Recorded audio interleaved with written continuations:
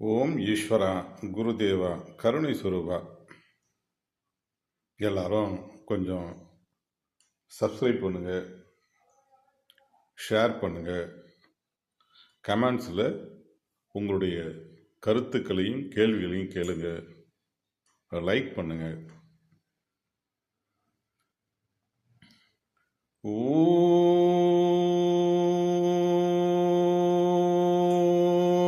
ஈஸ்வரா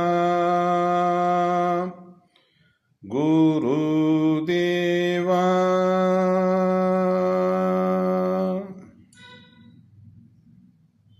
அன்பு தாய்மார்களே,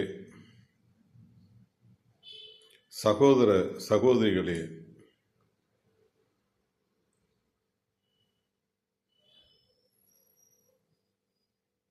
பெரியோர்களே, சான்றோர்களே, தவசிகளே, ஞானிகளே, மகான்களே, குழந்தைகளே, உலக மக்களே, அனைவரையும் வணங்கி மகிழ்கின்றேன்.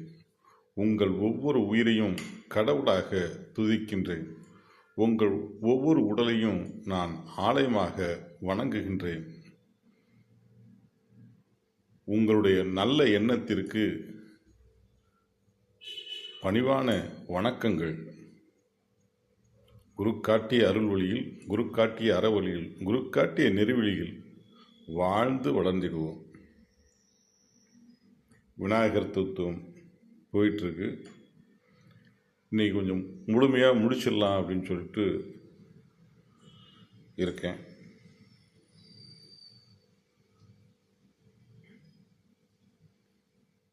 தபோன வெளியீடு ஆத்ம சுத்தி புத்தகத்திலிருந்து கொஞ்சம் பார்ப்போம். ஏன்னா முக்கியமான ஒரு விஷயம். சூரியனிலிருந்து வெளிப்படும் வெப்பகாந்தம் கோள்கள் வெளிப்படுத்தும்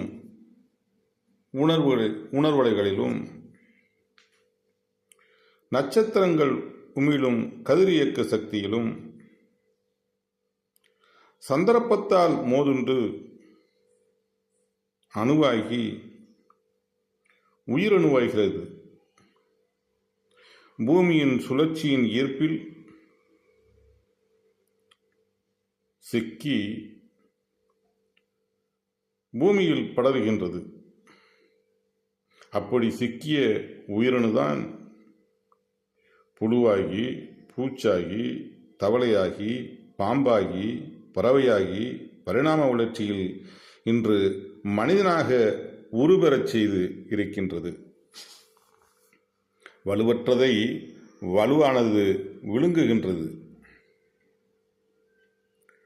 வலுவானதின் உணர்வை இது கவர்கின்றது. கவர்ந்த நிலையில் இதன் உணர்வுகள் மாறுகின்றது. சேர்த்துக்கொண்ட வினையான உணர்வுக்கொப்ப மறு உடல் பெறுகின்றது. உதாரணமாக, புழுவை தவளை விழுங்குகின்றது. தவளையை பாம்பு விழுங்குகின்றது. பாம்பினை கருடன் தனது ஆகாரமாக விழுங்குகின்றது. புழுவை தவளை விழுங்கினாலும் புழுவின் தசைகள் உணவாகின்றது. புழுவின் உயிரான்மா தவளையின் ஈர்ப்பில் சென்று அதனின் உணர்வு கொண்டு வளர்ச்சியின் நிலையில் தவளையாக உடல் பெறுகின்றது. இப்படி பல கோடி சரீரங்கள் பெறுகின்றது. ஒவ்வொரு சரீரங்களிலும் தன்னை காத்திடும் உணர்வுகள் பதிவாகின்றது. அந்த பதிவின்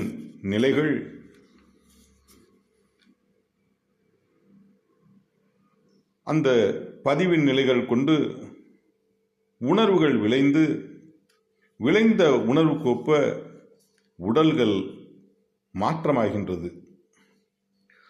உணர்வுகள் வளர வளர எண்ணங்களும் செயல்களும் வளர்ச்சியாகின்றது. வளர்ச்சியின் முழுமை நிலையாக ஆதியில் புழுவான உயிர்தான் மனிதனாக உருவாக்கியிருக்கின்றது. பரிணாம வளர்ச்சியில் நாம் மிருக நிலையினை அடுத்து மனிதனாக உருவெற்று இருக்கின்றோம். இதனை நாம் உணரும் வண்ணம் மனித உடலில் யானையின் தலையை பொருத்தி விநாயகா உருவாக்கி நாம் யார், எப்படி மனித நிலை பெற்றோம் என்பதனைத்தான் தெளிந்த நிலையில் உணர்ந்து இந்த பிள்ளை யார் என்று உணர்த்தியவர் அகத்திய மகரிஷி. விநாயகனை ஆதிமூலம் என்பார்கள். ஒவ்வொரு சரீரத்திலும் தான் சேர்த்து கொண்ட வினைகளுக்கு நாயகனாக உடல்கள் மாறி மாறி இன்று மனித உடலை பெற்றோம். இவை யாவைக்கும் மூலமாக இருந்து இயக்கியது நமது உயிர்தான். உயிரே கடவுள் நாம் எண்ணும் எண்ணங்களுக்கு ஏற்றபடி நம்மை இயக்குகின்றது. இயக்கும் உணர்வுக்கொப்ப செயல்பட வைக்கின்றது நமது உயிர். கிடைப்பதற்கு அரிய மனித உரு பெற்று இருக்கின்றோம். ஆறாவது அறிவின் துணை கொண்டு சிந்தித்து செயலாற்றும் திறன் கொண்டவன் மனிதன். உடலின் உணர்வுக்கும் தீமையை விளைவிக்கும் உணர்வுகளின் நிலைகளுக்கு ஒப்ப நாம் மனித வாழ்க்கையில் வாழ்வோம் என்றால் நாம் இந்த மனித சரீரத்தை இழந்து எடுத்துக்கொண்ட உணர்வுகளுக்கு தகுந்தபடி மிருக நிலைக்கு நாம் அழைத்து சென்றுவிடும் நமது உயிர்.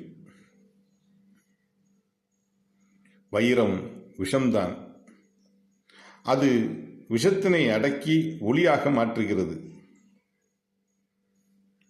மாமகர்ஷிகள் மனிதனாக இருந்த காலங்களில் விண்ணின் ஆற்றலை தமக்குள் பெற்று தீமையை விளைய வைக்கும் உணர்வுகளை ஒடுக்கி உணர்வை ஒளியாக்கி இன்றும் சப்தரிஷி மண்டலத்தில் ஒளியாக உள்ளார்கள். நாம் மாமகர்ஷிகள் மெய்ஞானிகள் உணர்த்திய வழியில் நமது எண்ணங்களை செலுத்தி அவர்கள் வெளியிடும் உணர்வின் ஆற்றலை குரு வழியில் கவர்ந்து நமது மனித வாழ்க்கையில் ஏற்படும் வேதனையான உணர்வுகளை மாய்த்து நாமும் நமது உயிரை ஒளியாக்கலாம். உயிரின் இயக்கத்தையும் அதற்கொப்ப உடலின் செயல்களை அறிந்து நமது ஆறாவது அறிவின் துணை கொண்டு உணர்வுகளை புனிதப்படுத்துங்கள். உயிரை ஈசனாக மதியுங்கள். இயக்கத்தினை விஷ்ணுவாக மதியுங்கள். உடலை சிவனாக மதியுங்கள். கண்ணனை கண்ணனாக மதியுங்கள். விநாயகர் தத்துவத்தில் நாம் இன்னைக்கு தபோவன வெளியீடு ஆத்மசுத்தி புத்தகத்திலிருந்து நாம் யார் அப்படிங்கிற தலைப்பை பார்த்தோம். இப்போ இது ஏன் உங்களுக்கு நினைவுபடுத்தி இதை கொண்டு வரேன் அப்படின்னு சொன்னால், இப்போ நான் தொடர்ந்து பேசிகிட்டே வரேன். அது சாமி எப்படி சொல்கிறாங்க, எனக்கு சாமி கைப்பட எழுதுனது ஆத்மசுத்தி புத்தகம், உயிரே கடவுள், விநாயகர் தத்துவம் இதெல்லாம் கைப்பட எழுதுனது. ஆகவே அதை கொஞ்சம் எல்லாரும் தெரிஞ்சுக்கணுங்கிறதுக்காக நான் அதை கொடுத்தேன். அதனாலங்க நான் யார், தான் யார், இந்த பிள்ளையார், என்னுடைய பலம் என்ன, என்னுடைய பலவீனம் என்ன, ஏன்னா ஆசை ஏகப்பட்டது போடுவோம். அந்த ஆசையை நாம் கோலை ரீச் பண்ணுறதுக்கு ஒரு விஷயத்துக்குள்ளே போகிறோம் அப்படின்னு சொன்னால் அந்த விஷயம் முடியலன்னா அப்படியே சோர்வாகி உட்கார்ந்துடுறோம். அப்போ அதுக்கு என்ன செய்யணும், எப்படி செஞ்சால் அது நடைமுறையில் சாத்தியக்கூறு. அப்போ யாருங்க கடவுள்கிட்ட போகிறா, யாருங்க இறைவன்கிட்ட போகிறா, யாருங்க தெய்வத்திட்ட போகிறா? இயலாமை, அறியாமை, அதாவது ஒன்றுமே முடியல, என்ன செய்கிறதுன்னு தெரியல, அறிவு சூன்யமாக இருக்குது, சாபவினை பாவவினை அப்படியே இருள் சூழ்ந்த நிலையில் இருக்குது. சரி இந்த கோயிலில் போய் விளக்கு போட்டால் ஏதாச்சும் ஒன்று ஆகுமோ, அந்த அந்த கோயிலுக்கு போனால் ஏதாச்சும் ஒன்று நடக்கும், இந்த கோயிலுக்கு போனால் ஒன்று நடக்கும். என்ன நமக்கு தடுத்துக்கிட்டு இருக்குது? சேர்த்துக்கொண்ட விதி வினையாக வந்து தடுக்குது. அப்போ இதை விதியை மதிகொண்டு அருள் ஞானம் கொண்டு அருள் சக்தி கொண்டு மாற்ற முடியும்.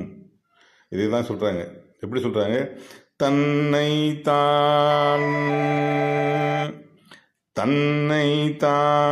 தான் தான் உணர்ந்து தன்னை தான் நம்பி தன்னை தான் உணர்ந்து தன்னை தான் நம்பி தன்னைத்தானே தான் வளர்ந்து தன் வழியில் வழியறிந்து தன்னைத்தானே தான் வளர்ந்து தன் வழியில் வழியறிந்து தன் வழியை தான் அமைத்து தன் உயர்வை தான் வளர்க்க தன் வழியை தான் அமைத்து தன் உயர்வை தான் வளர்க்க தன்னில் தான் இறை உணர்ந்து தன்னையே தான் இறையாக்கி தன்னில் தான் இறை உணர்ந்து தன்னையே தான் இறையாக்கி தனதான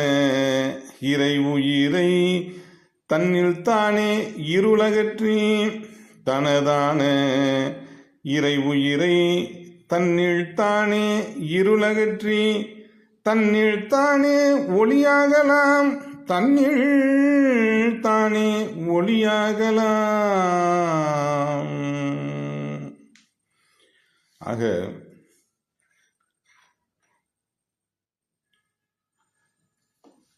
விநாயகர் தத்துவத்தை ஏன்னா நாம் வினைங்கிற வினை என்பது இயக்கம்.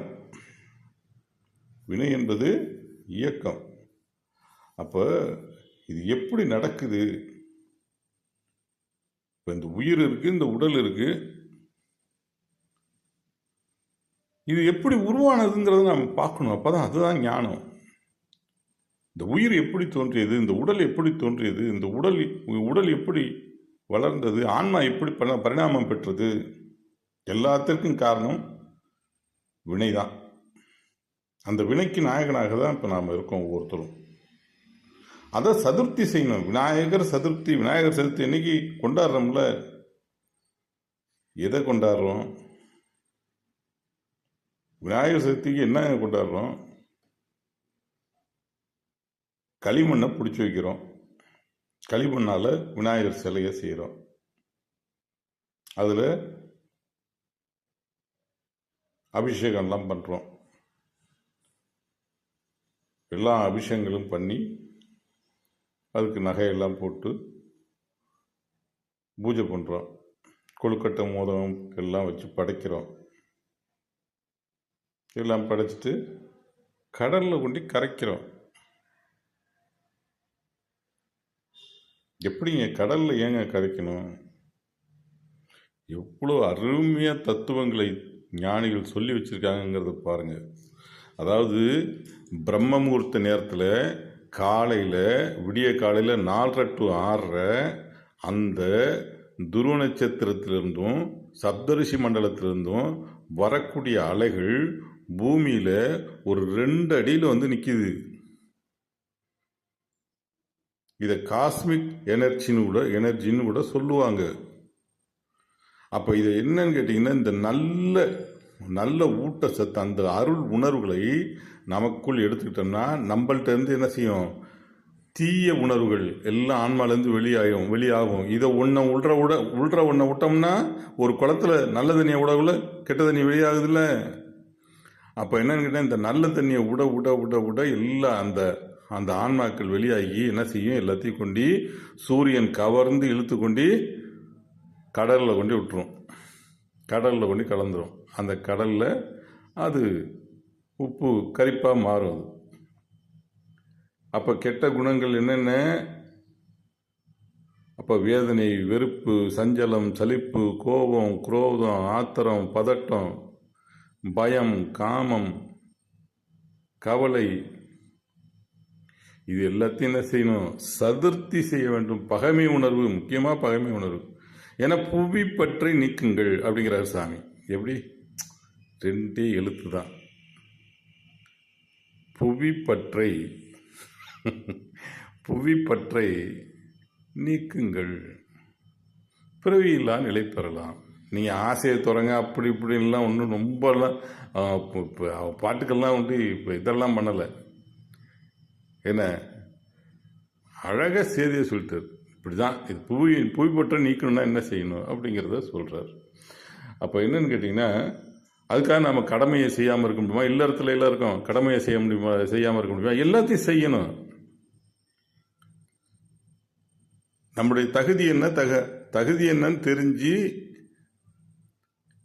பலம் என்ன பலவீனம் என்னங்கிறது தெரிஞ்சு, அதுக்கு தகுந்த மாதிரி பொருளை சேர்த்த பொருளை காக்கிறதுக்கு ஒரு பொருளுக்கு நான் காவலாளியாக மட்டும்தான் நான் இருக்கிறேன். சர்க்குரு இதை தான் சொல்றாரு. ஞானகுரு, குருவின் குருவான் சர்க்குரு. என்னுடைய செல்வத்திற்கு, அதாவது உங்களுடைய செல்வத்திற்கு நான் எதிரி அல்ல. யார் சொல்றா? சர்க்குரு. தியானம் பண்ண பண்ண பண்ண பண்ண என்ன சாபவினை பாவவினை எல்லாம் அடிச்சுட்டு ஓடும். காட்டாத்து வெள்ளத்தில் கரைஞ்சி ஓடுற மாதிரி ஓடும். அப்படி தியானம் பண்ண பண்ண பண்ண நல்வினையாக இருந்ததுன்னா என்ன செய்யும்? பெருசாக சூப்பராக கிளம்பும். அது பாட்டுக்கு எண்ணியதெல்லாம் நடக்கும். அப்போ அங்கே தீவினையாக இருந்ததுன்னா என்ன செய்யும்? எல்லாம் இருக்கும். அதாவது என்னன்னு கேட்டீங்கன்னா, இருக்கிறதெல்லாம் எல்லாமே மாறிட்டு இருக்கும். அப்போ என்ன செய்யணும்? விடாப்படி அப்படியே பற்றுடன் பற்ற வேண்டும் குருவை. உயிரான ஈசனை பற்றுடன் பற்ற வேண்டும். தாய் தந்தையை பற்றுடன் பற்ற வேண்டும். தாய் தந்தை தான் முதல் தெய்வம். முதல் குருவே தாய் தந்தை தான். தாய் முதல் குரு, தந்தை 2வது குரு, மெய்ஞானத்தை தந்தருடைய குரு.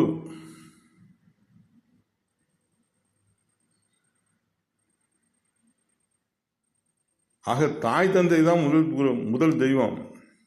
இப்போ என்ன, தாய் தந்தை தான் முதல் தெய்வம்னு எப்படி சொல்றாரு? அது எப்படி? அதுக்கு முன்னாடியெல்லாம் நான் தியானத்துக்கு வராதுக்கு முன்னாடியெல்லாம் தயவுசெய்து கோச்சிக்காதீங்க. எங்கள் தாய் தந்தையெல்லாம் நான் திட்டுவேன். என்னடா இது, என்ன இப்படி வச்சுட்டாங்களே, நான் என்ன செய்யறது? என் வீட்டிலே கடைசி புள்ளு நான். என்னை இப்படி பெரிய கோடீஸ்வரன், நல்ல தனம் உள்ள இடத்துல பிறந்துட்டேன். அப்போ என்னன்னு கேட்டிங்கன்னா, ஒவ்வொரு நிலைகள்லையும் இப்படி நடக்க உள்ள என்னென்னா, ஆனால் தியானத்துக்கு வந்ததுக்கு அப்புறம் கொஞ்சம் கொஞ்சமாக உணர்ந்து தாய் தந்தை தான் நான் பேசுறது. எதையுமே கேட்கறதில்லை எங்கள் வீட்டில் யார்கிட்டையுமே. அந்த மாதிரியான ஒரு நிலை உருவானது. எங்கள் தாய் தந்தைகிட்ட எதுவும் கேட்கறது இல்லைன்னு சொல்லுவாங்க. சரிங்களா?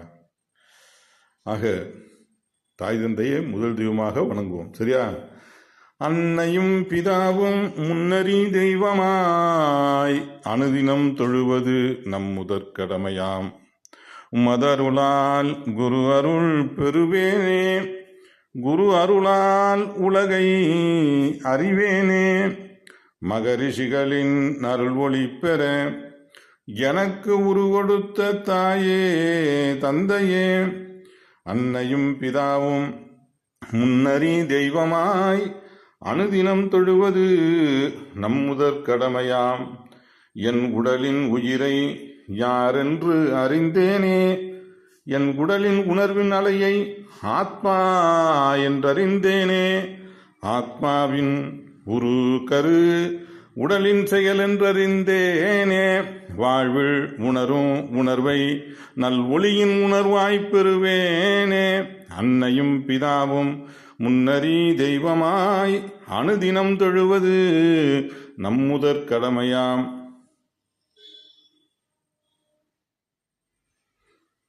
என் குருவழி மகரிஷிகளின் அருள் ஒளி பெறுவேனே. என் உடலின் வாழ்வில் புனிதம் பெறுவேனே. உயிரின் ஒளியாய் நிலை பெறவே உணர்வை புனிதம் செய்வேனே. குருவின் துணையால் உணர்வை புனிதம் செய்வேனே. உயிரின் ஒளியாய் நிலை பெற்று விண்ணின் ஒளியை பெறுவேனே. அன்னையும் பிதாவும் முன்னறி தெய்வமாய் அனுதினம் தொழுவது நம் முதற் கடமையாம். எப்படி? கடவுள் வாழ்த்து. ஒவ்வொரு வாட்டியும் தியானம் ஆரம்பிக்கிறதுக்குள்ள இந்த பாடல் பாடி தான் தியானத்துக்குள்ளேயே நாம் போகிறோம். ஓம் ஈஸ்வரா குருதேவ. சரிங்களா? அதாவது நாங்கங்கிற நிலையில் ஆகவே நிலை கடந்து நாம விநாயகர் சதுர்த்தியை வந்து எல்லாரும் கொண்டாடுறோம். எப்படி கொண்டாடுறோம்? சரி, தேங்காய் போய் அடுத்த கோயிலுக்கு போய் என்ன செய்யறோம்? 108 1008 தேங்காய் போட்டு உடைக்கிறோம். அதாவது நம்ம உடல்ல இருக்குன்னா 108 1008ன்னா என்னன்னு தெரியுதுங்களா? 108ங்கிறது அஷ்டோத்திரம், 1008ங்கிறது சகஸ்ரநாமம். இதெல்லாம் அஷ்டோத்திரமா